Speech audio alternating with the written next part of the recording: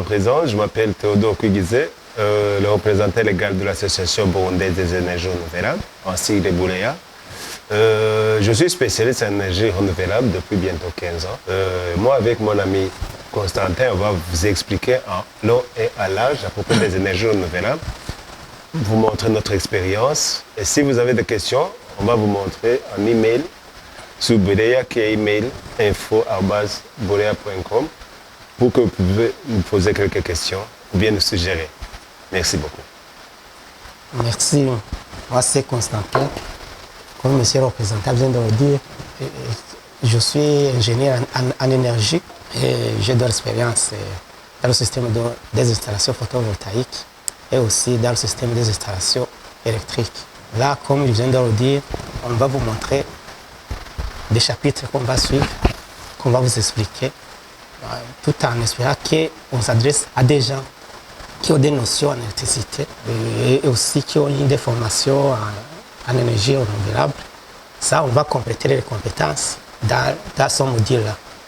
Là, on va passer à l'explication des chapitres qu'on va vous montrer en quelques secondes. Les principes de base sur l'électricité, la conversion photovoltaïque, procédé d'installation des systèmes, mise en œuvre des équipements, entretien et maintenance, dimensionnement et conclusion. Alors, si vous voyez ici un schéma qui est simplifié, le schéma ici nous montre le système d'une installation photovoltaïque. Ce qu'il faut comprendre ici, on va produire de l'énergie avec les panneaux solaires ici, que vous voyez ici. Après avoir produit cette énergie, il y a une partie de régulation. Après avoir régulé la tension, il faut stocker. Le stock se fait dans les batteries d'accumulateurs. Et la quatrième partie, c'est l'utilisation. Qu'est-ce qu'il faut comprendre ici à résumer?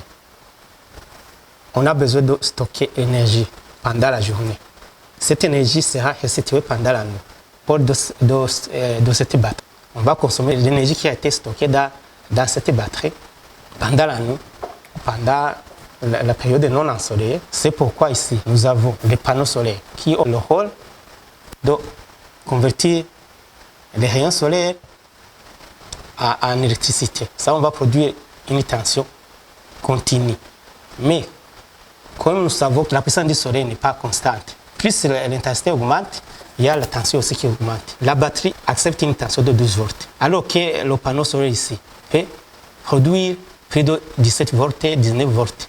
Vous comprenez bien que quand on va appliquer directement la tension de 17 volts ou 19, c'est une batterie qui reçoit 12 volts. Il va y avoir des problèmes. C'est pourquoi on intercale ce régulateur. La batterie aura besoin de 12 volts. Même si le panneau va produire 19 volts, le régulateur va laisser la tension de 12 volts qui sera convenable pour la batterie. Ce régulateur aussi contrôle la décharge de la batterie. C'est-à-dire qu'on ne peut pas décharger la batterie jusqu'à 80%. Il y a un certain pourcentage. Là, si le régulateur voit que vous dépassez 80% ou 75%, ça dépend. Ce régulateur va couper l'alimentation. L'alimentation peut être en 12. C'est l'utilisation ici en 12 volts. Nous avons cette lampe ici qui consomme une tension de 12 volts. Vous voyez ici. Là, on va directement brancher sur le régulateur 12 volts. Et ce poste téléviseur a besoin d'une tension alternative, c'est-à-dire une tension de 220. Alors que nous avons une tension de 12 volts. C'est la tension continue. C'est pourquoi ici on met cet ondulaire. C'est un convertisseur en fait, qui convertit la tension continue en tension alternative. Les concepts de base. Il y a le courant. Le courant, c'est l'intensité. Le symbole CI, c'est comme le tableau montre. Unité, c'est ampère. En fait, c'est quoi? Le courant, c'est quoi? Le courant, c'est le nombre d'électrons qui passent dans un conducteur sur un point pendant une unité de temps. C'est par seconde. Et le courant continu, il existe des courants continus, comme on a vu que nous avons une tension alternative, une tension continue. Là aussi, nous avons un courant continu et un courant alternatif. La différence entre le courant continu et le courant alternatif, le courant continu tourne dans un seul sens. Et les fréquences, c'est 0, NI. Et le courant alternatif, ça change de sens. C'est-à-dire que ça peut aller d'alternance négative ou positive. Ça s'annule de temps en temps avec une fréquence. Chez nous, c'est 50 Hz par seconde.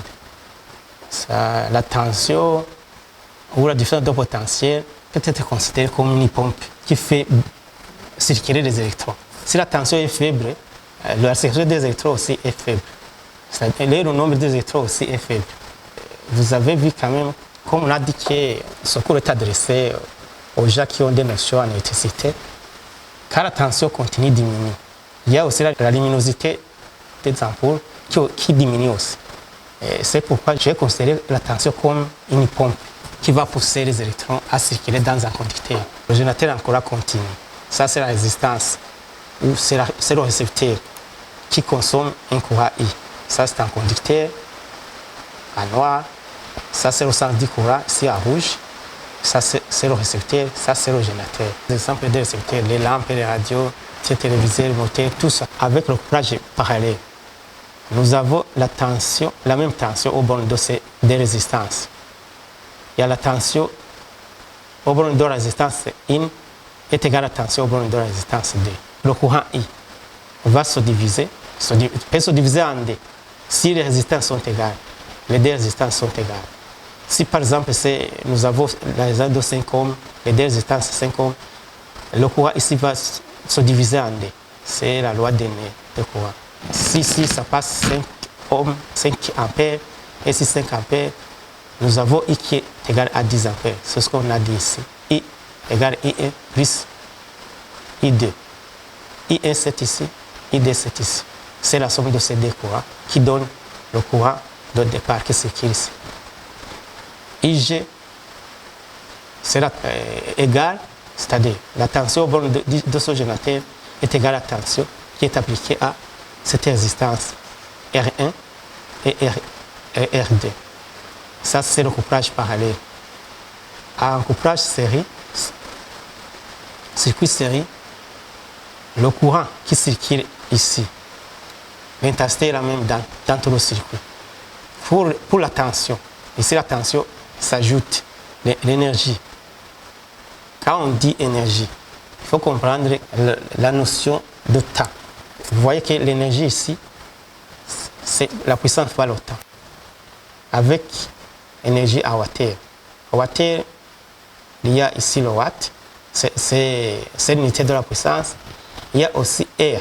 R, c'est le temps. L'énergie consommée ou dissipée, c'est toujours en fonction du temps. Conversion photovoltaïque. Enseignement moyen annuel, ça dépend. Ça dépend de la période et aussi cela dépend des régions. L'énergie qui sera donnée par le panneau pendant X temps sera estimée à wattheure par mètre carré. Dans la radiation, on peut trouver des particules, des photons qui se trouvent dans une onde électromagnétique qui sera convertie en énergie, mais via le panneau solaire. Et les séries photovoltaïques sont des séries qui constituent le panneau. Elles sont montées soit en série, soit séparées. Ça dépend de la tension de sortie qu'on veut. Voilà une photo qui représente une série photovoltaïque. Ces séries photovoltaïques constituent un panneau. Diode pour bypass ou diode anti-retour. Là, ce que je peux dire, c'est ça.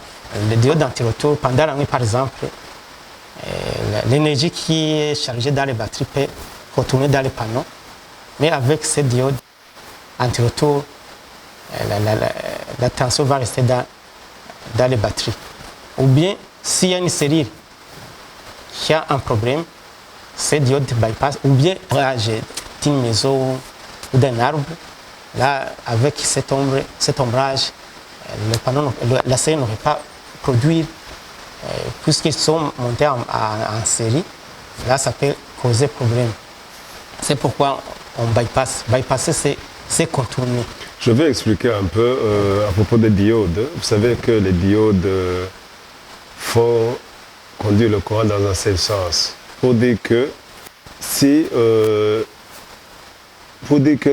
la diode s'exécute dans le sens du courant, en inverse, il devient un isolant. Donc ça ne fait pas passer le courant.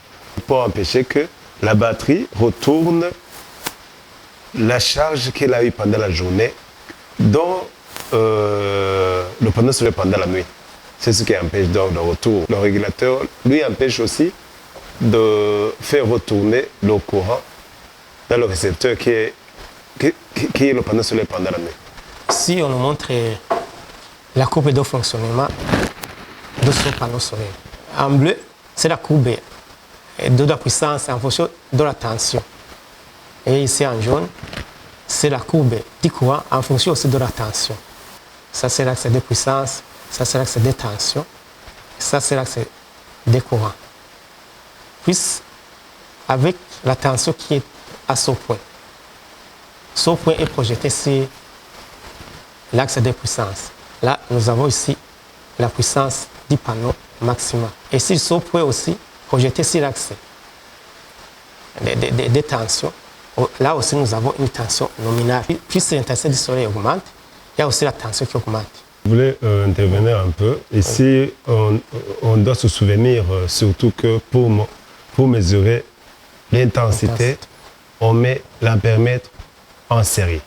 Oui. La plupart des techniciens oublient ça, tandis que lors de la tension, il faut le mettre en parallèle. Mais, aussi, on nous montre que la variation de la température peut changer tout. Parce que vous savez, les panneaux solaires, s'il y a échauffement du panneau, il y a emballement thermique. S'il y a emballement thermique, ça peut revenir jusqu'à zéro. J'ai expliqué les batteries. Le rôle des batteries, c'est pour emmagasiner l'énergie pendant la journée et restituer cette énergie pendant la nuit. Il y a des batteries qui n'acceptent pas une décharge profonde comme ça, qui refusent d'être rechargées. C'est pourquoi il est déconseillé de consommer la batterie à plat. Il faut laisser quelques pourcentages pour la longévité de la batterie. C'est le couplage série parallèle. Nous avons 4 batteries. Mais en réalité, si on fait le couplage en série de deux batteries, en réalité, c'est une série batterie de 24 volts de 120 ampères. Puisqu'on a les 2 batteries en série, les tensions vont s'additionner. Mais la capacité reste 110 ampères. Et une autre batterie aussi ici. Donc 24 volts, 110 ampères. En réalité, nous avons des batteries de 24 volts et 100 ampères qui sont montées en parallèle. Après avoir monté en série des batteries, c'est considéré comme c'est une série batterie ici, qui a une tension de 24 volts, mais avec une capacité de 110 ampères. La mettre en parallèle avec l'autre batterie de 24 volts, 100 ampères, nous avons 24 volts. Comme c'est branché en parallèle, nous avons la tension qui est ici au borne de ces 2 batteries et la même et la tension qui est au borne de cette batterie. Donc 24, ce n'est plus la batterie de 12 volts. On suppose que nous avons une seule batterie de 24 volts, 110 ampères. Ici aussi, une batterie de 24 volts, 110 ampères. Les mettre en parallèle, nous aurons avec le principe de couplage qu'on a vu là-bas, on aura 24 volts, 220 ampères. Ici, comme on nous le montre sur le schéma, nous avons 3 schémas. L'une, nous avons, à partir de cette batterie en ampères, multiplié par la tension, on aura la puissance en watts. Donc nous avons 3 modèles. Donc le modèle de 12 volts avec 110 ampères, le modèle de 12 volts avec 220 ampères en 24 volts. Nous avons le modèle de 110 ampères. Avec ça, on voit comment on peut coupler les batteries pour augmenter la capacité en ampéreur. Ici, on va vous montrer les types de batteries. On a les batteries VRA, donc avec une étanchéité et une combinaison de gaz. Ils sont sans maintenance. Ce sont des batteries AGM, GEL, OPZV, et plomb aussi carbone, etc. Il y a aussi des batteries ouvertes. Ce sont ces batteries dont on met de l'électrolyte. Les régulateurs de charge qui s'appellent PWM, ce sont des régulateurs anciens modèles. Tandis que maintenant, la plupart des régulateurs sont des régulateurs MPPT. Ce sont des régulateurs MPPT dont on peut combiner, augmenter la tension pour pouvoir diminuer la section du câble. Ce que je peux dire, c'est les MPPT, ce sont des régulateurs smart qui observent le courant de charge. C'est très professionnel. C'est ce qui est conseillé pour le moment, puisque le rendement de charge, c'est vraiment très, très élevé. Ce régulateur, quand même si l'ancien modèle, il nous a aidé un peu avant la venue des MPPT.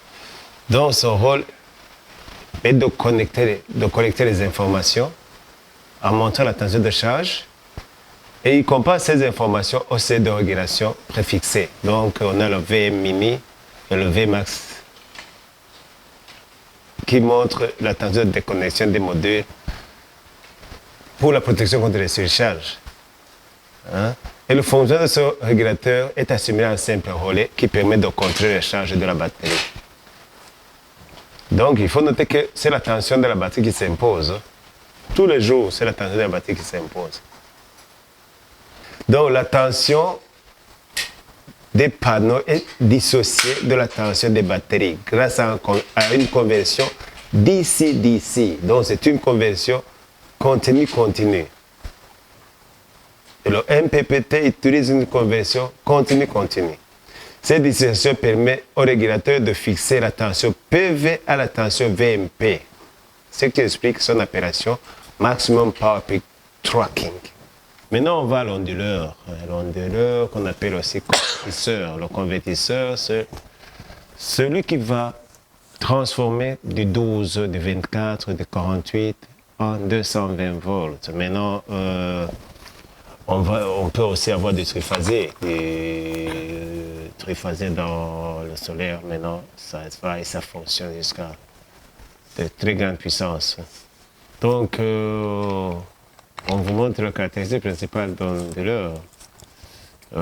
La puissance nominale, la tension nominale d'entrée, la plate de tension d'entrée, la protection d'entrée de base, la puissance de démarrage admissible, l'intensité maximale admissible, la tension nominale de sortie, VCA, la plate de tension de sortie et l'onde de sortie, puisqu'il y a des ondes. La fréquence nominale de sortie en Hertz, vous savez qu'au Burundi, nous utilisons le 50, au Canada, c'est le 60. Il y a aussi le rendement maximal général, qui est l'ordre de 90. Je n'ai pas encore trouvé quelqu'un qui fait 100%. Peut-être, il y en a, mais je ne l'ai pas retrouvé. On nous montre aussi la procédure d'installation des systèmes. On nous dit que l'installation complète des systèmes devra être réalisée de façon soignée. L'esthétique visuelle de toutes les installations doit être respectée. C'est ça qui va montrer un très grand technicien. Il doit être propre avec une esthétique de rigueur. La verticalité des câbles, des composants, les prises, les régulateurs et les réglettes fixés au mur doivent être très propres aussi. La régulateur et l'alignement des points de fixation, la remise en état après perçage. Maintenant, on vous parle à propos de l'inclinaison. L'inclinaison, vous savez que si on n'incline pas, c'est pas bon parce que on peut trouver des endroits où on n'a pas incliné. Ça dépend de la conception du toit. Mais quelquefois, il faudra mettre une inclinaison qui va aider même à l'auto-nettoyage. Donc, quelquefois, on fait une inclinaison de 5 à 15 degrés. De 5 à 15 degrés. Si on peut faire zéro, on peut le faire, mais pendant la saison sèche, tu vas nettoyer tous les jours. Hein. Je peux dire un peu sur l'inclinaison des panneaux. On cherche à incliner un panneau solaire pour le but de ce qu'il vient de dire le représentant. Et aussi pour capter les rayons solaires d'une façon perpendiculaire. Il faut que c'est à midi, il faut essayer de capter les rayons solaires d'une façon perpendiculaire. Pour ce qui est de l'entretien des panneaux solaires, là aussi, on dit qu'il y a des types d'entretien qui sont réalisés dans le cadre de l'exploitation des équipements installés. Entretenir un panneau, c'est-à-dire c'est le nettoyer, regarder les connexions des câbles pour éviter des pertes dans le câblage. Il y a aussi l'entretien annuel. C'est la fréquence d'entretien qui compte. Sinon, l'entretien des panneaux, ce n'est pas beaucoup compliqué. Comment rechercher et réparer les pannes? Là, quand même un électricien qui a des notions en électricité, qui a pratiqué, et il peut intervenir dans différentes sortes de pannes, différentes sortes de pannes. Il peut quand même s'en sortir mieux. Ouais. Quand on a des schémas d'installation, quand même ça va nous aider pour identifier clairement les composants de l'installation et pour voir comment intervenir, comment dépanner avec des appareils de mesure, tout ça. Il faut avoir tout ça. Dans le dépannage en électricité, il faut un appareil de mesure, les multimètres, ça aide beaucoup à contrôler la tension à la sortie, tension de charge, tension de batterie, tout. Dans le circuit, quand même, on aura toujours besoin des appareils de mesure. Je peux aller sur le dimensionnement des petits systèmes. On a un tableau quand même ici qui va bien nous expliquer quels sont les besoins énergétiques pour dimensionner. Une petite installation solaire, on aura besoin de connaître la puissance d'un récepteur, la quantité et le temps d'utilisation pour avoir une énergie. Mais si vous vous souvenez, d'après ce que j'ai expliqué un peu à la page numéro 2, nous avons une installation qui est bien détaillée là-bas, mais qui n'était pas dimensionnée. Mais le but de dimensionner ici, les installations diffèrent. C'est pourquoi ici on dit qu'il faut savoir les puissances. Qu'est-ce qu'on va alimenter? Quelle est la puissance quelle est la puissance installée? La puissance alimentée. Puisque nous savons que nous avons stocké l'énergie qui sera restituée pendant la nuit. Et on va stocker l'énergie dans les batteries. Et combien la question qu'on se pose. On va stocker quelle quantité? C'est pourquoi on aura besoin des consommateurs. Les consommateurs sont des récepteurs. Quelles sont les puissances? Et ils vont consommer ça pendant combien de temps pour trouver l'énergie? Là, c'est pourquoi ici on nous a donné, par exemple, une ampoule, des ampoules avec une puissance de 8, ça nous donne 16 watts puisque nous avons une puissance de 8 watts, alors que nous avons ça c'est multiplié par la puissance pour trouver la puissance totale. On va multiplier par 2 fois 8. La fréquence d'utilisation, c'est le nombre d'heures.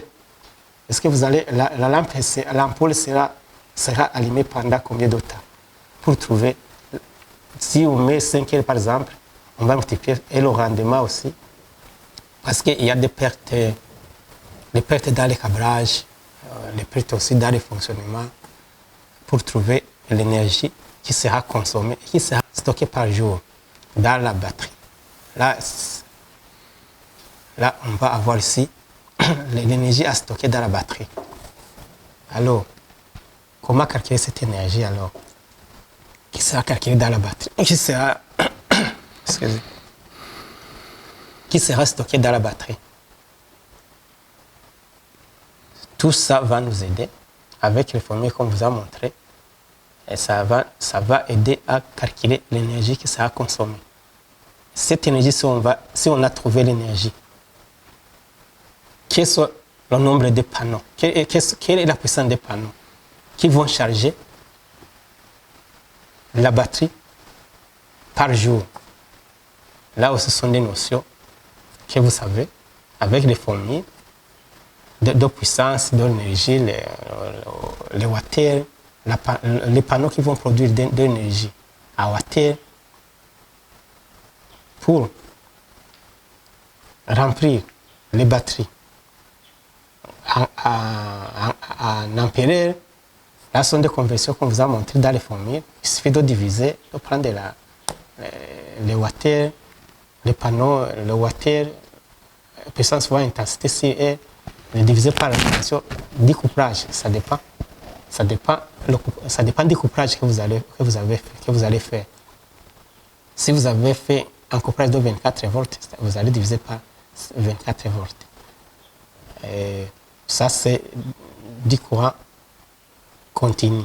Là, on est dans le courant continu. Mais pour alimenter les récepteurs, la plupart des récepteurs sont des équipements qui consomment de l'énergie alternative. La puissance, on doit calculer la puissance de l'onduleur. La puissance de l'onduleur sera supérieure à la puissance installée, c'est-à-dire à la somme des puissances des récepteurs.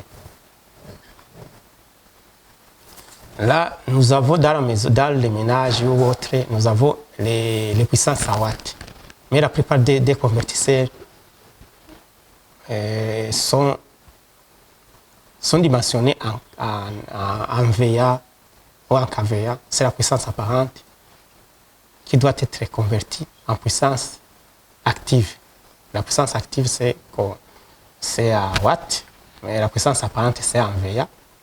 Là, la relation qui est entre la puissance, ces deux puissances, il y a le facteur de puissance qui est égal à cos phi. Pour dimensionner bien l'onduleur, il y a le rendement aussi doit être tenu compte. Et le cos phi aussi. Si par exemple on doit alimenter la puissance de 100 watts par exemple, alors que nous voulons dimensionner un onduleur qui va supporter les 100 watts, alors que l'onduleur est dimensionné en VA. Là, vous devrez mettre le facteur de puissance pour la conversion en watts, en VA et en watts. Il y a le cos phi, soit c'est 0,8, ici c'est souvent mis le 0,8. Peut-être, je ne sais pas si je peux expliquer un peu pourquoi cette conversion en VA et en watts. Là, si je ne dessine pas, peut-être vous pouvez ne pas bien comprendre. Le cos phi, d'où vient le cos phi? C'est la question que moi aussi je me suis posée il y a longtemps. Je me posais pourquoi c'est ce cos phi? Qu'est-ce que ça vient faire ce cos phi? Mais le cos phi va adapter la puissance active à la puissance apparente. C'est la puissance active. Vous devrez mettre le facteur de puissance pour la conversion en watts, d'où vient le cos phi. Ça, je disais dans les théories, le facteur de puissance, cos phi. Le cos phi, d'où vient ce cos phi? Dans nos maisons, nous avons presque des secteurs primaires résistifs. C'est-à-dire, nous avons ces résistances. Ici, avec les résistances pires, dans l'onduleur, il y a des bobines, il y a des capacité des condensateurs. Ici, ça c'est la résistance dans les bobines, qui est des réactances inductives. Ici, le courant, la tension est en avance avec le courant. C'est la capacité. La tension est déphasée en arrière, dans l'angle de pi demi. Pour trouver alors la puissance apparente S en VA, il faut trouver la résultante de ces trois.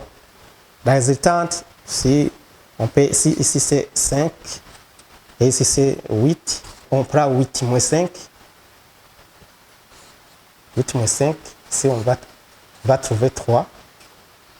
C'est la résultante. Ici c'est la ligne de la puissance apparente. Vous voyez l'angle qu'on dit ici. La puissance en VA sera toujours en grandeur supérieure à la puissance en watts.